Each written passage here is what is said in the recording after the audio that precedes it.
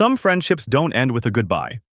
They end with a betrayal so quiet, you don't even realize the knife was already inside you. And the worst part?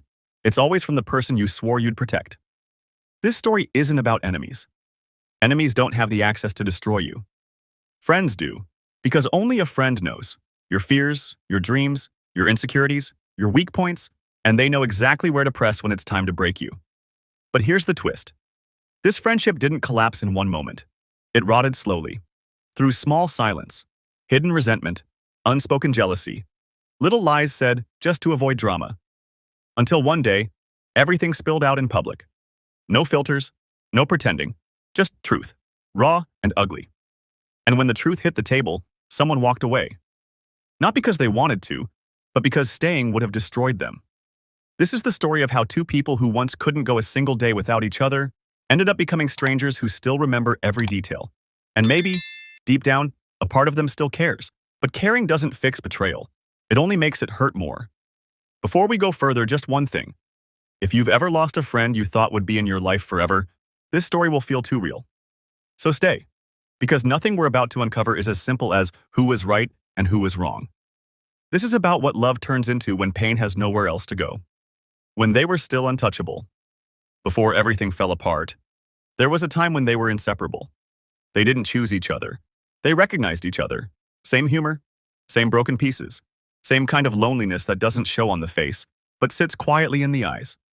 They were the kind of friends who didn't need to ask for support. A sigh was enough. A pause was enough. A single look across a crowded room said, "I know. I'm here." And when life got heavy, they were the person you called at 2:17 a.m., not because something happened, but because you knew they would answer. They didn't talk about loyalty. They lived it. Shared clothes, shared money, shared secrets, shared silence. The rare kind that feels comforting, not awkward. And that's the dangerous part. Because when someone knows your silence, they know you. They know what hurts. They know what you fear. They know what you wish you could say but never will. They were the person you'd defend in every room, even the ones they weren't in. The person you'd fight for before you'd fight for yourself. The person you believed, without question, would never be the one to hurt you. But that's where all tragedies begin. With blind trust. Because trust is not broken by accidents. It's broken by moments that were chosen. And soon, those choices begin. Little things, little shifts, nothing big enough to call out, just big enough to feel. A slower reply, a change in tone, a laugh that doesn't sound like respect anymore. But back then, they didn't see it. They were too busy believing in always not knowing that always was already ending. Jealousy never walks in like a storm. It comes like a whisper. Soft, casual, almost harmless. At first, it looked like nothing. A side comment, a certain look. A laugh that didn't match the joke. You know that moment when someone smiles, but their eyes don't? Yeah. It started like that. Because when one of them started growing, evolving, healing, building something better, the other didn't clap. And that's the thing about friendship. Real ones clap when you win, but the wrong ones, they tighten. They get quieter, softer, colder. They start saying things like, "You've changed," not because you changed, but because you grew in a direction they didn't expect. You became happier, stronger, more confident, and it made them uncomfortable, especially in this circle, where everyone already had opinions, whispers, narratives, where every move was a performance and every decision was up for debate. It wasn't just about who moved where. It was about control, influence, power over the narrative. Who gets to decide the future? Who gets to lead the story? Who gets to be right? And suddenly, support turned into concern. Concern turned into critique. Critique turned into accusation. One conversation, one small misunderstanding, one night, and the jealousy that had been quiet finally spoke. Not as a shout, but as a cut. A sentence said too sharply, a tone just a little too heavy, a comment you pretend didn't hurt. Because the worst betrayals don't start in arguments. They start in moments of silence where someone should have protected you, but didn't. It was supposed to be simple. A warm housewarming, a celebration, a moment of peace. Smiles, pictures, small talk, fake laughter. You know the drill, but everyone walked in carrying something heavy. Unspoken resentment, unanswered questions, unresolved jealousy. And when a room is filled with people pretending, it only takes one spark to burn everything down. The spark? A comment, not loud, not dramatic, but sharp. Something like, I don't believe you. Not about the house, not about the move, not about the future, about trust. And trust is a sore spot for everyone in that room. Because once you say, I don't believe you, you're not talking about the story anymore. You're talking about the person. Suddenly voices shift, bodies stiffen, eyes sharpen.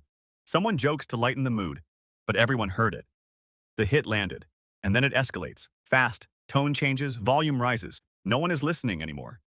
They're defending, protecting, attacking. It's not about right or wrong, it's about not losing.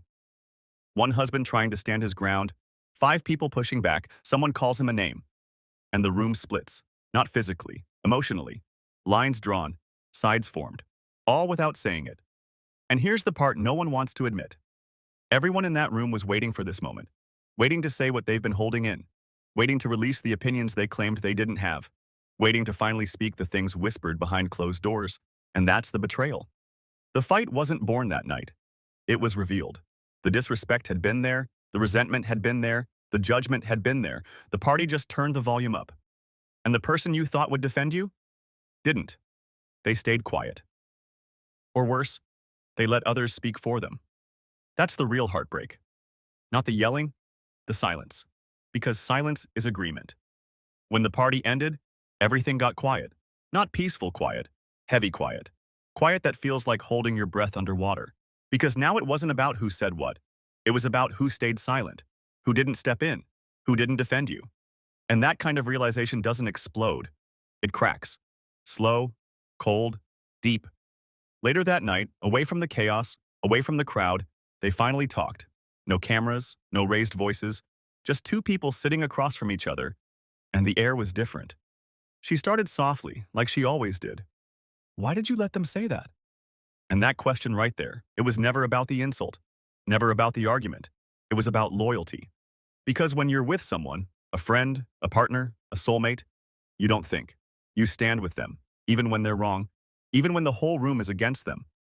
But instead, there was hesitation, a pause before answering, a pause that said everything. This wasn't about defending right or wrong. This was about choosing sides. And that night, for the first time, they weren't on the same side anymore. The apologies didn't land. The explanations didn't soften anything. The I didn't mean it didn't undo the moment. Because once you feel unprotected by someone you trusted, it changes something in your chest, something small, but permanent. Now every word feels heavier. Every silence feels suspicious. Every look feels loaded. The relationship didn't break that night. It shifted. And once something shifts, you can't shift it back. Not really, because trust doesn't shatter like glass. It erodes. A little today, a little tomorrow. One sigh, one look, one silence at a time. People love to say, it was just a misunderstanding. But misunderstandings don't destroy friendships. Patterns do. And here, the pattern was control. Not loud control. Not do this, don't do that, but something quieter. More manipulative, more personal. See, it wasn't about Moldova. It wasn't about the house. It wasn't even about the fight. It was about who gets to influence the narrative. Who gets to decide what's best, what's smart, what's right, what's acceptable.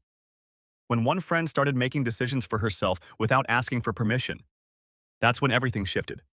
Because the other friend was used to being the voice, the advisor, the emotional center, the one everyone went to, the one who was needed.